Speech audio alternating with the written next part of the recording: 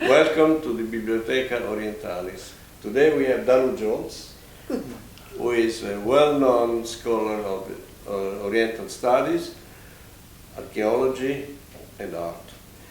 She studied in the University of London, School of Oriental and African Studies, and she has founded the magazine AARP, which is Art and Archeology Research Paper. That will be the topic of today. This famous magazine that was established in 1972 and that lasted up to 1983. It's a very important magazine for the Islamic architectural studies in particular, but not only. What compelled students of the University of London to make a magazine of Oriental studies? It was a moment of extraordinary discoveries, a breaking point in the studies of Oriental art, centered at SOAS, the School of Oriental and African Studies, which was the center of excellence for Oriental art in the world. So we were postgraduates already, and we came from different parts of the world. 6 of us, Len Harrow, Tony Hart, George Michel, Helen Potamianos, Jeffrey King and I, decided that we wanted to enlarge the scope of what we were studying, which was really very arrogant of us, definitely arrogant, because we already had the best professors. William Watson, for example, was the first to introduce to London, we are talking of the 1970s, Chinese art. The first exhibition under Mao outside China was in London in the 70s. So, I mean, seemingly we thought this was not enough. We wanted to expand and bring in a sort of intercultural kind of approach to Oriental art. And we had as a first problem to define what Oriental art is in terms of European art, which was our common background, which I think we did. In all honesty, really, I think that there is a before AARP and an after AARP in cultural studies that had to do with Oriental art. An example, George Michel was become the specialist on India. I got at SOAS and said, well, okay, you are studying Hindu temples on the written sources and on the plans. But architecture is not about plans, no written sources, it's about buildings. I'm an architect. I will never be a great Sanskritist. I can go and ask information from a Sanskritist, but I can read the building. And I have to establish on what grounds and how, and with what methods do I analyze a structure and then put it into a context, a historical context, how do I date it? I did something different with the Islamic architecture.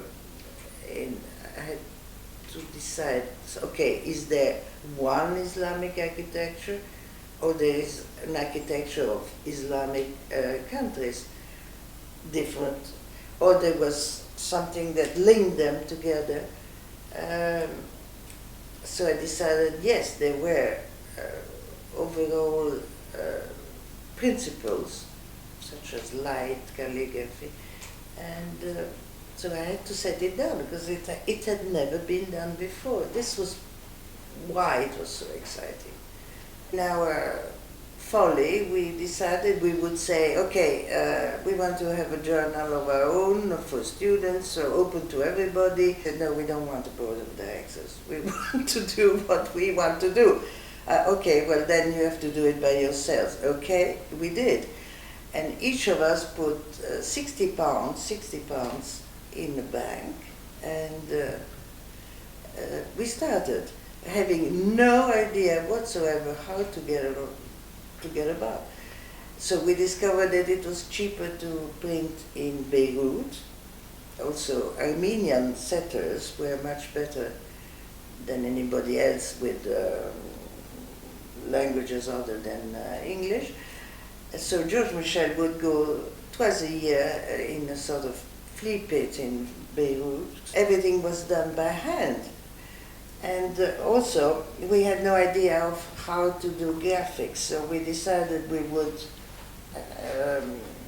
do the simplest thing, have a white cover without anything, and something which later apparently became a classic, a sort of double page column, and black and white, of course, because that was cheaper.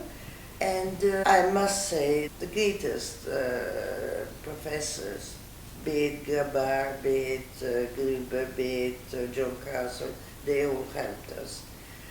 And 3 or 4 years later, I think John Castle wrote a review of AARP and said, well, that group of young students were like the Beatles, and they are as important for Oriental art as the Beatles were for music, which was very nice.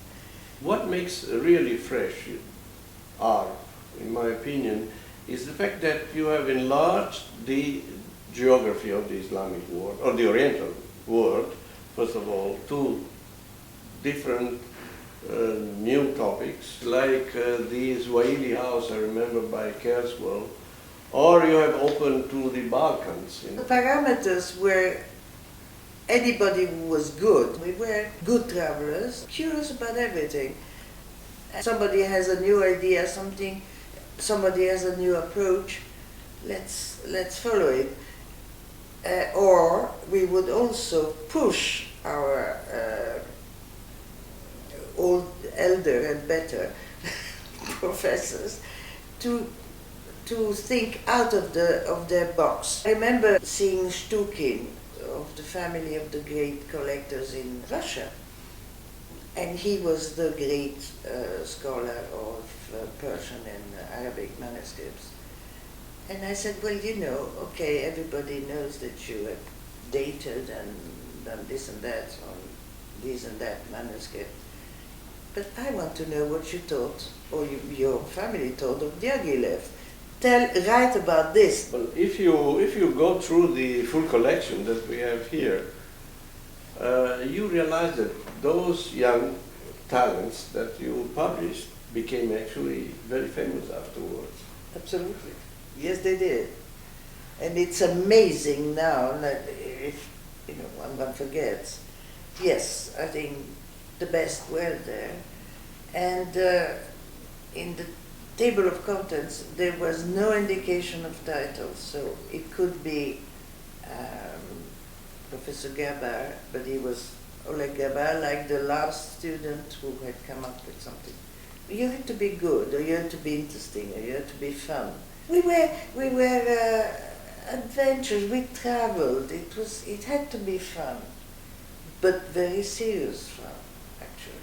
Michael Dummett, who was a very famous philosopher in Oxford, he was interested in playing cards. So he got in touch with me because he wanted to know about Mamluk playing cards. So then he wrote a note on some fragments of playing cards in the Benaki Museum in Athens. And then in 1983, the AARP stopped the publications. But we went on working together. Exactly. In 1983, I started the number 0 of environmental design, the Journal of the Islamic Environmental Design Research Center. And George and Dalu joined the editorial board. So ideally, we continued the publication, but this is another story. We have to mention that the full collection of AARP is preserved in the Bibliotheca Orientalis, and it is at disposal of all the scholars. Well, it was great. It was a great nice memories, and also we had fun as usually. Thank you very much for coming. Thank you for inviting me.